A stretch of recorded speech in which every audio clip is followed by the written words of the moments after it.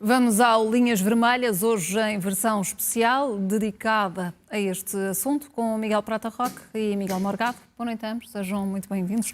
Miguel Prata Roque, o Primeiro-Ministro admitiu endurecer o combate a esta onda de violência. Foi passada a mensagem correta depois do que assistimos nas últimas 48 horas? Julgo que sim, não se esperava outra coisa de um Primeiro-Ministro. Vamos lá ver. Existe liberdade de manifestação, mas a Constituição, no artigo 45, quando garante a liberdade de manifestação, diz que ela tem que ser exercida pacificamente e sem armas. E, portanto, não pode haver zonas no país que estão subtraídas à lei, que estão subtraídas às forças da autoridade. Eu, aliás, queria começar também esta intervenção por, para já, obviamente, expressar os meus sentimentos e os meus pésames à família da pessoa que morreu, mas também expressar a minha solidariedade à família do agente da autoridade que baleou este indivíduo e que ainda por cima, segundo relatos que vocês acabam de fazer agora, teve a coragem de relatar de forma fiel aquilo que terá acontecido no local.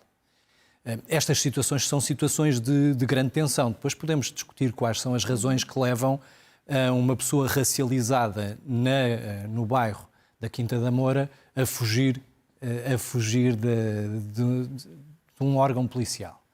Mas obviamente que eu consigo compreender o sofrimento que a família também deste agente da autoridade está a passar no momento em que tem toda a atenção mediática sobre si e que a pessoa sabe que matou outra pessoa. E vamos ser claríssimos relativamente a isso. A lei das armas determina que um agente da autoridade pode, de facto, recorrer a armas. Vocês têm explicado isso de forma muito correta e a PSP também tem feito isso para esclarecer a população. Deve ser o último meio a ser utilizado, mas em situações absolutamente excepcionais, quando possa estar em causa a integridade física do agente da autoridade, ele pode utilizar essa mesma arma. Nós podemos cometer erros em todas as áreas da nossa vida profissional. Os médicos cometem erros, os professores cometem erros, os médicos cometem erros. E, portanto, eu, obviamente, enquanto professor de Direito Constitucional, enquanto ex-professor da Escola Superior de Polícia, porque eu dei formação justamente em Direito Penal a vários oficiais ou candidatos a oficiais da PSP. Todos os anos passam por mim futuros agentes da autoridade, alguns agentes da PSP e militares da GNR, obviamente que sei que utilizam as armas e que cumprem a sua função em escrupuloso cumprimento da lei. Pode acontecer uma situação de infortúnio ou de incumprimento da lei por má percepção do agente da autoridade e por circunstâncias que justifiquem este infortúnio. É por isso que tem que ser feita uma investigação séria, que garanta todas as possibilidades de defesa à pessoa que disparou e que, portanto, estará também a sentir esse peso de ter retirado a vida a outra pessoa. Agora, há um aspecto muito importante, é que nós precisamos e temos uma polícia democrática e isso é essencial para garantir todas as nossas liberdades. E se a nossa Constituição não permite a pena de morte, obviamente que também não pode permitir a execução de alguém no exercício de uma função da autoridade. É por isso que há uma grande responsabilidade e eu sei que os agentes da autoridade têm consciência da responsabilidade que é serem portadores de armas, mas também é verdade que quando atuam em circunstâncias com falta de recursos, com falta de meios e em situações em que esta tensão é potenciada por razões sociais que estão a montante da criminalidade. O que é preciso é resolver essas situações sociais de pobreza, de falta de esclarecimento, de revolta social, de exclusão social. Só mesmo para terminar, digo-te isto. Já iremos a outras rondas. Sim. Eu, por exemplo, o tempo ao Miguel Morgado. Eu, por exemplo, quando estive na escola primária, fiz parte de uma turma que era uma turma que no fundo, misturava alunos problemáticos de bairros problemáticos do concelho de Vila Franca de Xira com outras crianças comuns. E é muito importante haver essa inclusão social. É muito importante que não haja exclusão, que não hajam guetos, que não hajam espaços em que nós identificamos como estes são os espaços dos criminosos, eles são diferentes de nós e, portanto, nós não lidamos com eles. Miguel Morgado, como podemos decifrar estes acontecimentos? Bem, eu sou muito favorável à experiência que se começou a fazer nos Estados Unidos, que se generalizou entretanto, e que está a ser, enfim, adotada por alguns países, não muitos, porque implica um investimento muito elevado, e eu propor isto, eu sei perfeitamente, os polícias que me ouviram vão pensar este tipo a dizer estas coisas, nós não temos o equipamento essencial, não foi feito investimento na polícia e nas forças de segurança, no nosso treino, no nosso equipamento mais básico, e este tipo está a propor isto. Mesmo assim, arriscarei o risco de exceder a paciência das pessoas que nos estão a ouvir. Eu estou a falar do recurso da chamada body-worn camera, que é uma câmara que fica instalada na própria farda e que é acionada pelo próprio polícia quando tem de fazer uma intervenção com uma determinada natureza, que pode ser prevista na lei, que regularia sempre o uso dessa câmara. Essa câmara tem a faculdade de não só registar as imagens para impedir, hoje, na época dos smartphones, em que aparece nas redes sociais uma das imagens, sem contraditório das imagens da polícia, por exemplo, pode evitar que se espalhem rumores, podem evitar, eu vou dar o exemplo que nos Estados Unidos acontece com muita regularidade, mas isto aconteceu ainda há 2 semanas, um caso grave, uma mulher negra americana que é morta no corredor do apartamento onde ela vivia por um polícia. E imediatamente se gerou ali uma tensão, porque era mais uma razão para haver um motim, porque teria sido um assassinato policial com motivação racial. As câmaras permitiram ver que ela sai da porta, eu vi essas imagens, portanto, ela sai imediatamente da porta com uma faca, aqui havia mesmo uma faca, e chega mesmo a ferir, a esfaquear o polícia que, em queda, dispara 2 ou 3 tiros e mata. Portanto, essas imagens impediram que uma situação de tensão brutal tivesse explodido em mais uma cidade americana, como já tem acontecido no passado. A possibilidade desta tecnologia permite também outra coisa, que é, além da câmara, os polícias serem treinados, porque isto também exige treino, evidentemente, e um treino muito aprofundado, de irem comentando, porque a câmara não capta só imagens, também capta som, e irem eles comentando aquilo que não é apanhado pelas imagens. Bem, eu estou a sair do carro, estou a ver um suspeito, parece-me assim, parece-me assado, eu agora não tenho a certeza se é uma arma que ele tem na mão.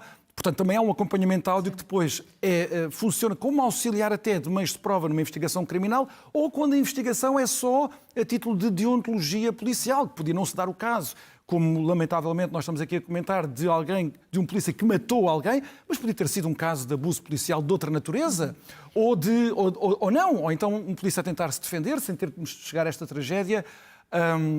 E, no entanto, ter havido uma altercação qualquer. Portanto, essa tecnologia parece muito proveitosa, exige um grande investimento, que não é só o investimento no equipamento, existe o investimento também na formação dos polícias, que é preciso ter formação para isto, e isto também tem riscos, e não é o risco da proteção de dados, que eu já vi para aí, também pessoas alarmadas com isso é bastante regulável, digamos assim. São tipos de outra natureza. Vou só dar um exemplo para perceber como isto é complexo, porque isto é o resultado também de estudos que já foram feitos nos Estados Unidos, e foi adotado um pouco depois de 2011, 2012, e no Canadá também tem sido adotado, a Inglaterra também. E um dos riscos é este. Como os polícias vão se sentir eles vigiados, e por isso é que isto contribui para a legitimidade da ação policial, da transparência da ação policial, também gera laços das comunidades que sentem mais confiança, sabendo que os polícias não podem abusar dos seus poderes porque estão a ser vigiados, mas isto cria uma grande pressão psicológica sobre os polícias, que estão a sentir-se permanentemente avaliados e julgados, quando, na verdade, no decurso da sua atividade, os polícias, e toda a gente que conhece polícias ou tem familiares ou amigos, eles contam isto, o dia deles é passado não em ocorrências que exijam um registro formal, mas algo que exige apenas uma palavra, um gesto, que às vezes não vem nas normas, que às vezes não vem na formação, mas que já faz parte da experiência de rua dos próprios polícias e que evita muitas chatices. E o fenómeno de pressão psicológica pode gerar-se ao nível do, como se chama na América, o depolicing. Os polícias deixam de policiar coisas deste tipo, que previnem males maiores, porque sabem que estão a ser vigiados e, portanto, podem não conseguir justificar, por exemplo, contar uma mentira à pessoa que está ali para apaziguar uma situação, por exemplo. Miguel, e o que é que terá levado ao alastrar da violência a vários bairros? Falhou aqui a inserção, a integração, a educação, a questões de direitos e de cidadania que tanto têm estado na ordem do dia. Isso falhou? Claro que isso falhou e falhou em Portugal, e nós estamos, julgo eu, com muita tristeza minha, digo isto mesmo de coração rachado, mas acho que estamos a entrar numa fase que outros países já conhecem, como a França, a Suécia, a Inglaterra, onde estes motivos começam a generalizar. Claro que falhamos, claro que não há integração, mas eu também tenho que dizer aqui 2 ou 3 coisas sobre a parte política desta coisa toda. Vou começar por repudiar declarações que ouvi hoje. Uma de André Ventura, absolutamente lamentável, sobre a dar cobertura à ação policial sem fazer a mínima ideia dos factos, simplesmente para ganhar uns pontos junto da corporação ou para aparecer como o partido da lei e da ordem.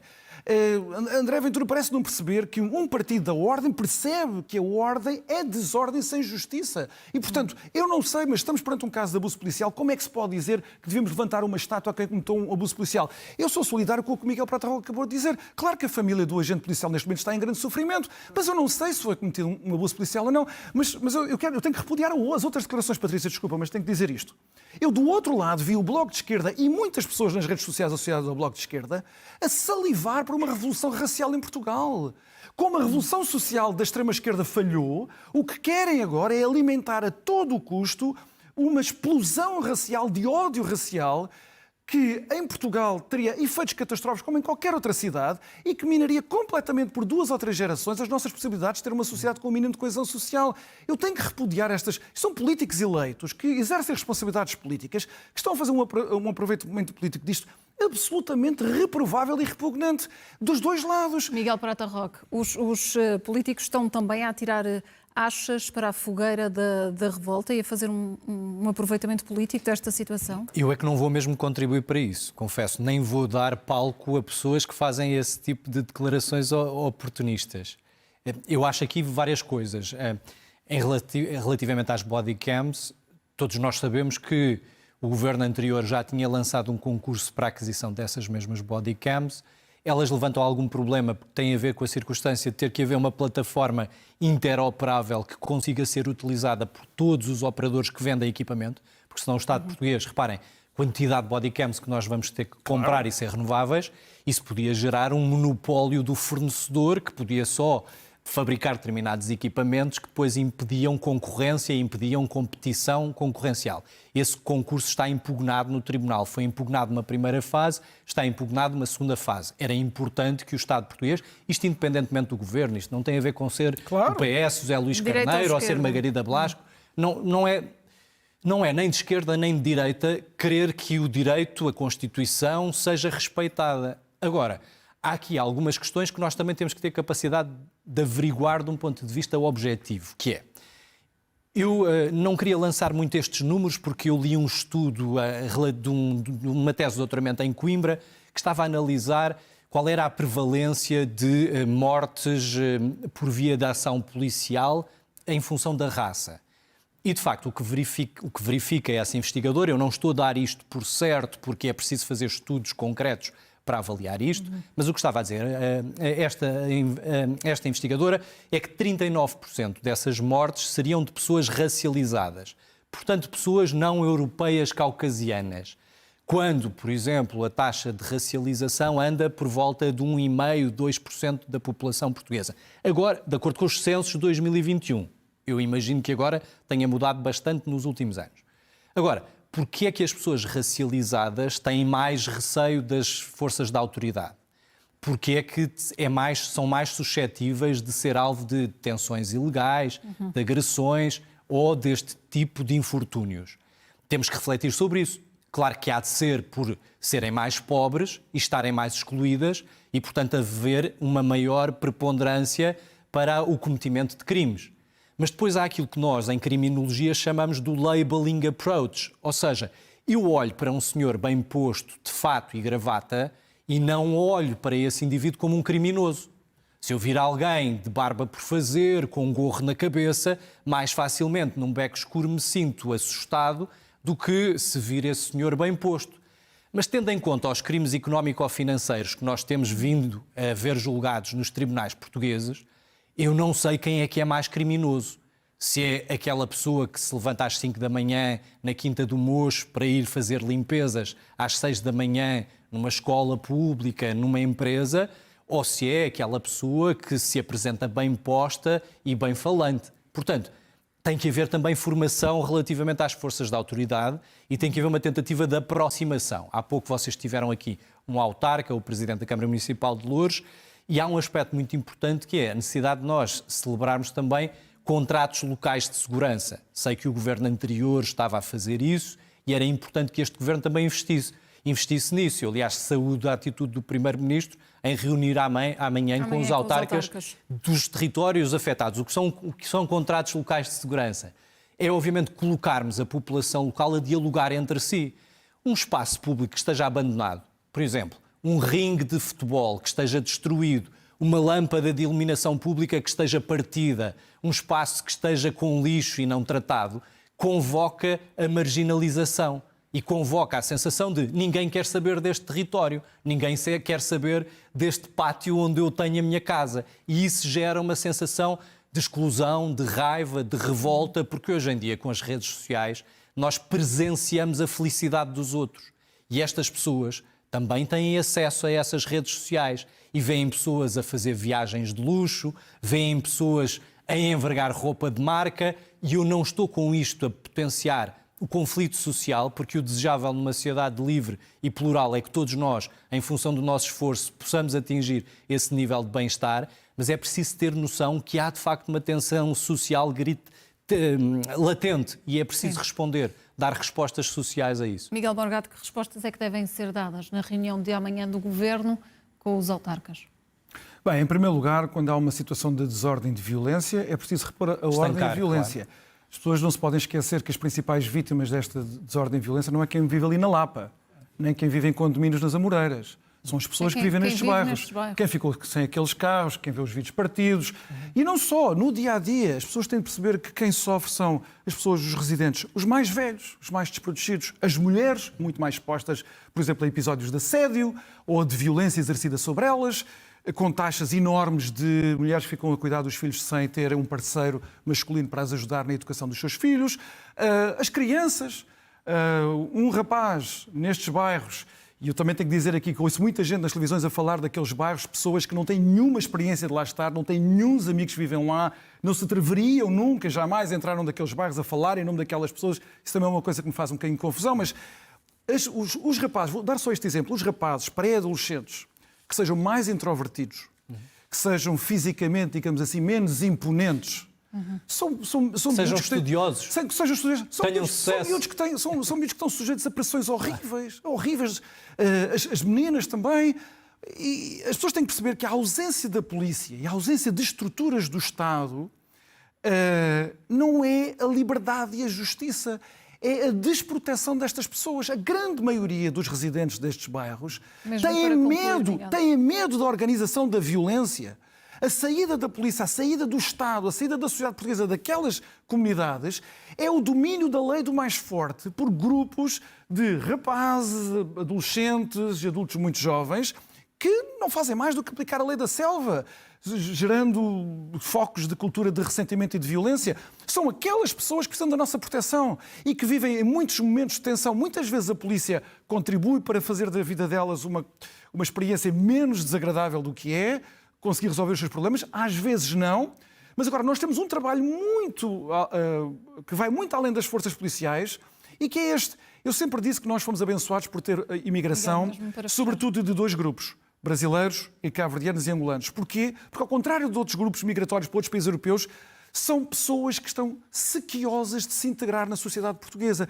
Mas, por um lado, a sociedade portuguesa tem de estar aberta para essa integração. Voltamos a essas questões. Mas eu só quero dizer só mais disso, Patrícia. Mas também, se nós dissermos a toda a gente que a sociedade portuguesa é uma sociedade racista, opressiva, injusta, que modelo de integração estamos a dar a essas pessoas que se querem integrar na nossa sociedade? Não estamos a dar nenhum.